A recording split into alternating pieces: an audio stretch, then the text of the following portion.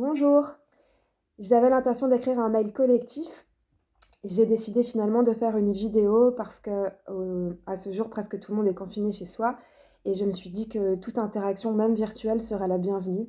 Donc voilà, j'ai décidé de m'exprimer en vidéo. J'ai mis du temps avant de faire cette vidéo pour plusieurs raisons. La première, c'est que j'ai vécu des choses, personnelles hors contexte qui ont été très intenses, très déstabilisantes aussi et j'ai pris du temps pour moi, pour intégrer ces choses, pour les comprendre et les solver.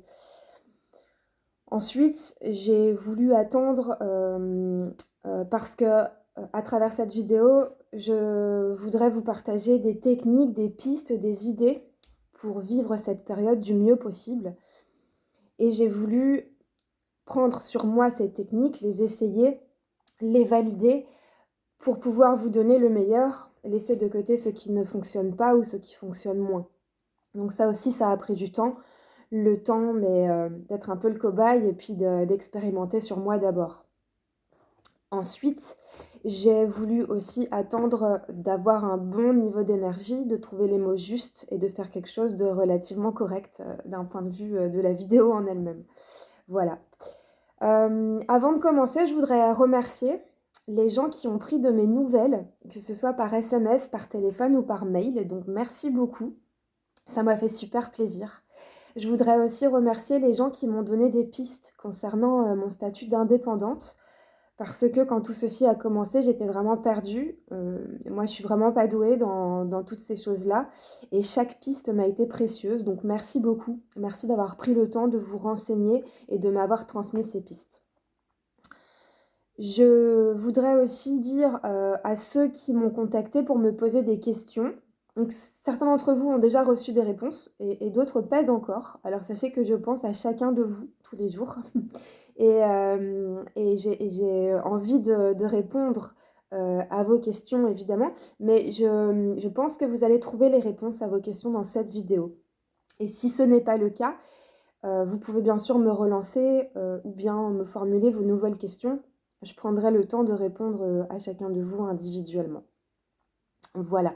Je vais ensuite vous dire la trame de la vidéo, donc son contenu, en fait le sommaire. Je vais dire ce que je ne ferai pas pendant cette période de confinement en rapport avec le yoga et personnellement. Ce que je fais de mes journées, comment moi je vis les choses et voilà comment j'organise mon quotidien. Et ce que j'ai l'intention de faire, donc quels sont mes projets à venir concernant le yoga et concernant ma vie personnelle aussi. Voilà, donc je vais commencer par ce que je ne ferai pas.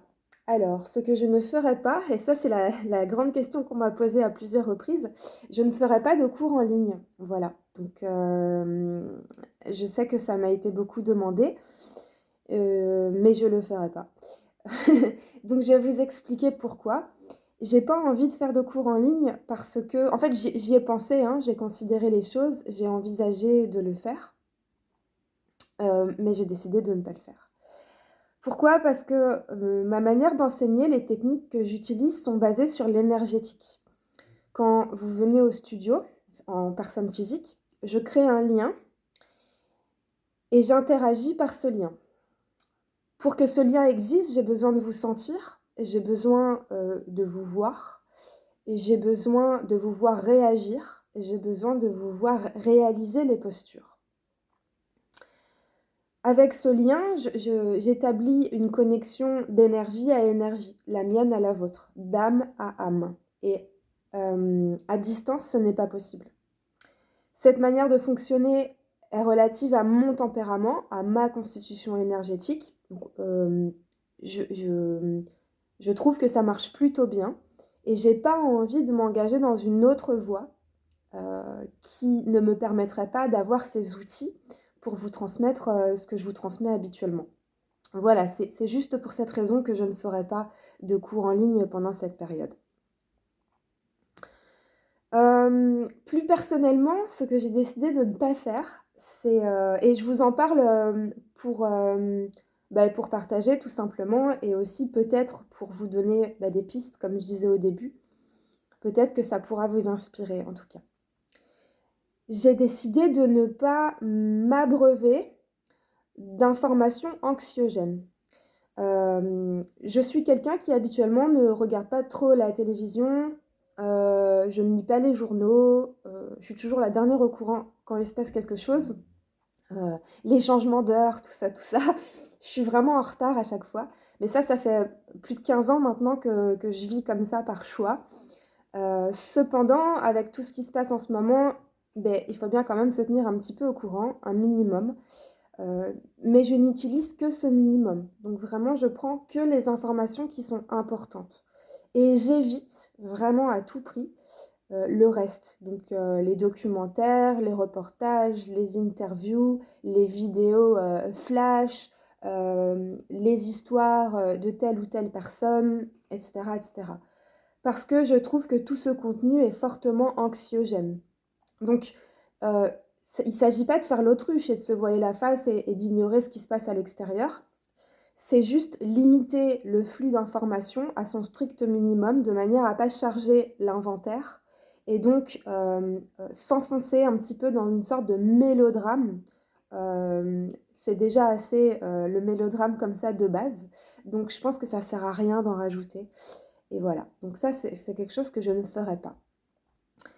Je n'utiliserai pas ce temps libre que j'ai à me laisser aller à manger des gâteaux. Donc ça peut faire rigoler, mais je pense que certains vont se reconnaître et que ça va résonner en vous. C'est très tentant quand on est un petit peu comme ça limité dans nos activités, etc., à se laisser aller à manger. Et particulièrement des choses bonnes, du sucre, du chocolat, tout ça, tout ça. Je me laisserai pas aller à ça. Alors je suis quand même une très grosse gourmande, hein, certains d'entre vous le savent. Parce que le printemps arrive, que tout ceci va se terminer quand même à un moment donné. Et que je veux absolument pas arriver au printemps et que ben, mon corps ait subi un petit peu les attaques de ce confinement obligatoire. Donc je fais vraiment très attention à ça. Et ça aussi, je voulais vous le partager parce que j'espère que ça pourra vous inspirer. Voilà, il faut y penser que bah, là, on est encore sur des jours un peu gris, etc. Bon, on a quand même pas mal de soleil, mais bon, il faut penser que le printemps, l'été vont arriver et puis se mettre un petit peu en situation et faire attention un petit peu à ce qu'on mange. Donc en tout cas, moi, je ne me laisserai pas aller à ça, c'est dit. Voilà, donc ça c'est pour ce que je ferai pas. Ah oui, encore une chose aussi que je ferai pas, c'est me projeter. Donc ça veut dire prendre les informations actuelles et imaginer, supposer, me projeter dans ce qui va se passer plus tard. Pourquoi? Parce que je pense que ça ferme le champ des possibles, que forcément avec les paramètres actuels, ça peut que faire visualiser des scénarios qui font un peu peur et qui génèrent des angoisses ou bien de l'anxiété ou des choses comme ça. Donc vraiment, j'installe un gros point d'interrogation sur ce qui va se passer et je vous encourage aussi à faire avec ça, enfin à faire de cette manière, à s'installer dans l'instant présent finalement. Et puis on verra ce qui se passe. Donc là, c'est pas être insouciant, c'est juste ne pas laisser le mental se servir des paramètres actuels, donc qui sont des paramètres qui font un peu peur, pour visualiser des scénarios à venir. On ne sait pas ce qui va se passer. Tout peut arriver et donc je pense que c'est bien de se laisser le champ des possibles ouvert. Voilà, en tout cas moi c'est ce que j'essaye de faire pour moi. Ensuite, je vais passer à ce que je fais en ce moment. Donc, mais vu que j'ai du temps, je prends du temps pour bien cuisiner, des choses simples, des choses saines. Je fais énormément de yoga, donc beaucoup plus que d'habitude. Et là, je vais faire une petite parenthèse. En début de vidéo, je disais que j'avais mis un petit peu de temps à m'exprimer. Et une des raisons qui m'ont fait mettre un petit peu de temps, c'est que j'avais rencontré des difficultés hors contexte du coronavirus, des choses intenses, des choses déstabilisantes. Et ces choses m'ont conduite à explorer des pistes du domaine du développement personnel pour m'en sortir en fait, pour intégrer, pour comprendre, pour solver. Le hasard faisant bien les choses, ces pistes de développement personnel me servent aujourd'hui, au jour le jour donc, pour gérer cette situation de confinement. Donc je continue à explorer ces pistes de développement personnel que je trouve pertinentes pour moi et que j'ai envie de vous partager à travers cette vidéo aussi. C'est pour ça que j'en parle. Donc je travaille beaucoup sur le développement personnel à travers notamment un livre et plusieurs vidéos. Je vous donnerai toutes les références, donc que ce soit de ce livre ou des vidéos auxquelles je fais allusion, en barre d'infos associée à cette vidéo. Donc je fais du yoga, je tente de m'alimenter sainement, je travaille le développement personnel. Et je voudrais aussi dire que dans un premier temps, quand tout ceci a commencé, j'ai eu plusieurs phases en fait qui se sont mis en place. Donc la première phase, ça a été la panique intégrale, je pense comme pas mal de gens. Et quand je panique ou quand je fais face à des difficultés dans ma vie, je me tourne vers le yoga, évidemment. Donc j'accentue ma pratique du yoga. C'est ce que j'ai fait. Mais comme je suis d'un tempérament yang, j'ai accentué ma pratique du yoga yang. Le truc avec la pratique du yoga yang, donc Ashtanga, tout ce qui est dynamique en fait, voilà, c'est que ça renforce le corps, ça va nourrir les centres énergétiques, ça va apporter de l'énergie aux centres vitaux, aux organes, etc. etc. La liste est longue, hein, c'est pas le sujet de la vidéo. Mais il y a aussi un petit paramètre à prendre en compte quand on fait beaucoup de yoga yang, donc de pratique yang, c'est que ça renforce l'ego et le mental. Donc en période de confinement, c'est pas foufou, parce que on se retrouve face à soi-même, ou en tout cas en comité restreint avec ses proches, et si le mental travaille beaucoup, c'est pas terrible. Donc ça a été bien, ce moment où j'ai pratiqué fort au niveau du côté du yang, mais à un moment donné, mon mental prenait trop de place. Je suis donc basculée sur la phase 2, et en phase 2, j'ai voulu calmer mon mental. Je me suis donc dirigée vers des pratiques yin. Chose qui est très difficile pour moi, vu mon tempérament yang, mais vu que la configuration était comme ça, je me suis retrouvée obligée à le faire. La ruse de l'esprit, comme je l'appelle. Donc j'ai augmenté ma pratique yin à travers les séquences de yin que vous connaissez, mais aussi des actions plus yin. Donc méditer, se poser, respirer, faire de la contemplation, faire des choses finalement beaucoup plus douces, beaucoup plus lentes. En faisant ça, j'ai débloqué certains synapses, j'ai ouvert certaines portes dans ma conscience qui m'ont fait avoir certaines prises de conscience et je suis arrivée à certaines conclusions.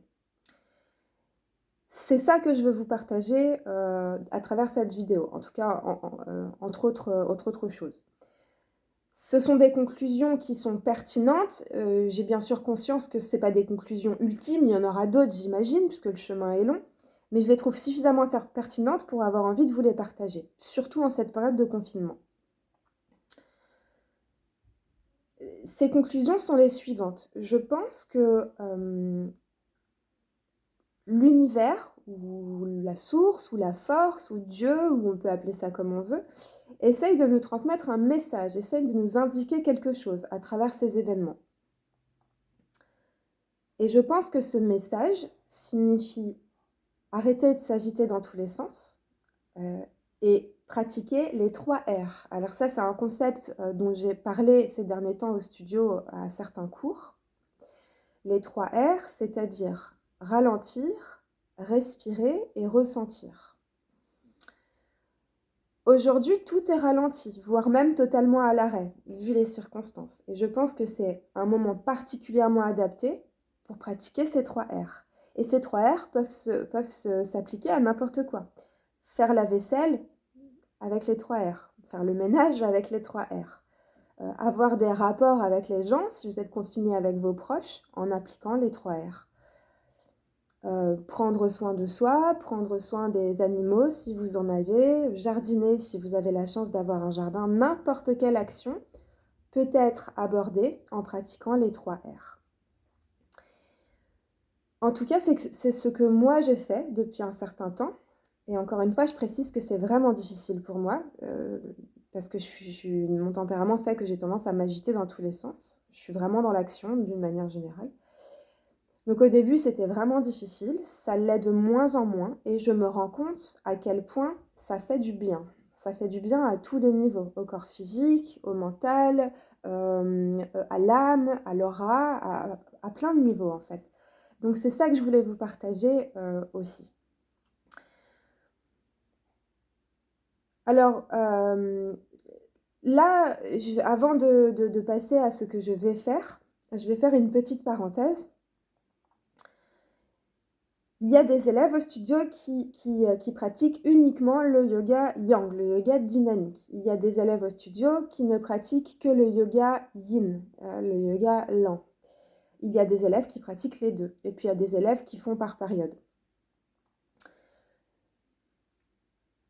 Donc, avant de parenthèse dans la parenthèse, je dis quelque chose maintenant que je dis souvent, mais peut-être c'est toujours, enfin en tout cas je pense que c'est bon de l'entendre encore. Il est impératif, il est primordial de pratiquer le yang de la même manière que le yin pour équilibrer. Ça, c'est vraiment très important. Je ferme la petite parenthèse. Pour les élèves habitués aux dynamiques, qui m'ont demandé notamment des cours en ligne, si vous pratiquez depuis longtemps, régulièrement, je vous invite à pratiquer par vous-même. La salutation au soleil, par exemple, les salutations au soleil, parce que là, il y a la A et la B. La salutation au soleil est un enchaînement complet. À elle-même, elle suffit à étirer, à contracter le corps et comment dirais-je, à générer de l'énergie, du bien-être, etc. Donc, même s'il n'y avait aucune autre posture, même si vous aviez oublié tout le contenu des séquences d'un cours dynamique, la salutation au soleil toute seule, que ce soit la A ou la B ou les deux, suffirait à vous faire du bien. Donc, si vous n'avez pas de guide, parce que le studio est fermé, que vous n'avez pas trouvé de vidéo pertinente sur YouTube ou que vous ne vous souvenez pas du contenu des séquences qu'on fait ensemble à Yogasun, vous avez la possibilité au moins de faire des salutations au soleil. En sachant que si vous avez oublié la salutation au soleil, si vous pratiquez depuis peu par exemple, ces salutations au soleil sont en vidéo. Donc ça fait 2 ans à peu près que j'ai posté ces vidéos sur la chaîne du studio, là où il y a cette vidéo même. Donc vous pouvez cliquer sur la vidéo et vous rafraîchir la mémoire pour vous souvenir des enchaînements. Il y a la version modifiée et la version non modifiée. Donc il y en a pour tout le monde. Donc pour les élèves habitués aux dynamiques, la lumière a baissé, j'espère que ça ne va pas continuer de baisser. Les élèves habitués aux dynamiques, je vous invite à pratiquer des salutations au soleil, tout simplement. Vous pouvez en faire 1, 5, 10, 20, il n'y a aucune limite. Il est possible qu'en commençant à pratiquer ces salutations au soleil, votre corps se rappelle d'autres postures. Donc, laissez votre corps être votre guide, finalement. Vous allez voir que vous allez vous souvenir de beaucoup plus de choses que votre mental ne l'imagine. J'ajouterai aussi en lien dans cette vidéo des vidéos de fitness que j'aime beaucoup. Parce que le fitness, on risque moins de se blesser qu'une vidéo de yoga, par exemple. Et le fitness, c'est très bien parce que déjà, ça sculpte le corps, etc. Ça permet de se défouler, mais ça permet aussi de générer, de faire ressortir des hormones, endorphines, dopamine, sérotonine, oxytocine, etc., etc. Et ces hormones font du bien. Donc il y a vraiment beaucoup, de bénéfices à faire du fitness. Je vais vous transmettre les vidéos que moi j'utilise, vous allez voir, elles sont très sympas. Ça, c'était pour les élèves habitués aux dynamiques. Je vais faire une coupure ici et je vais faire une deuxième vidéo, le temps de régler la lumière, parce que il n'y aura pas de montage, je filme tout d'une traite et je voudrais garder des, comment on appelle ça, des rushs propres en fait. Je pense que la première est correcte. Donc je vais régler les lumières et donc je vous laisse me retrouver, cliquer sur la vidéo deuxième partie. Voilà, voilà.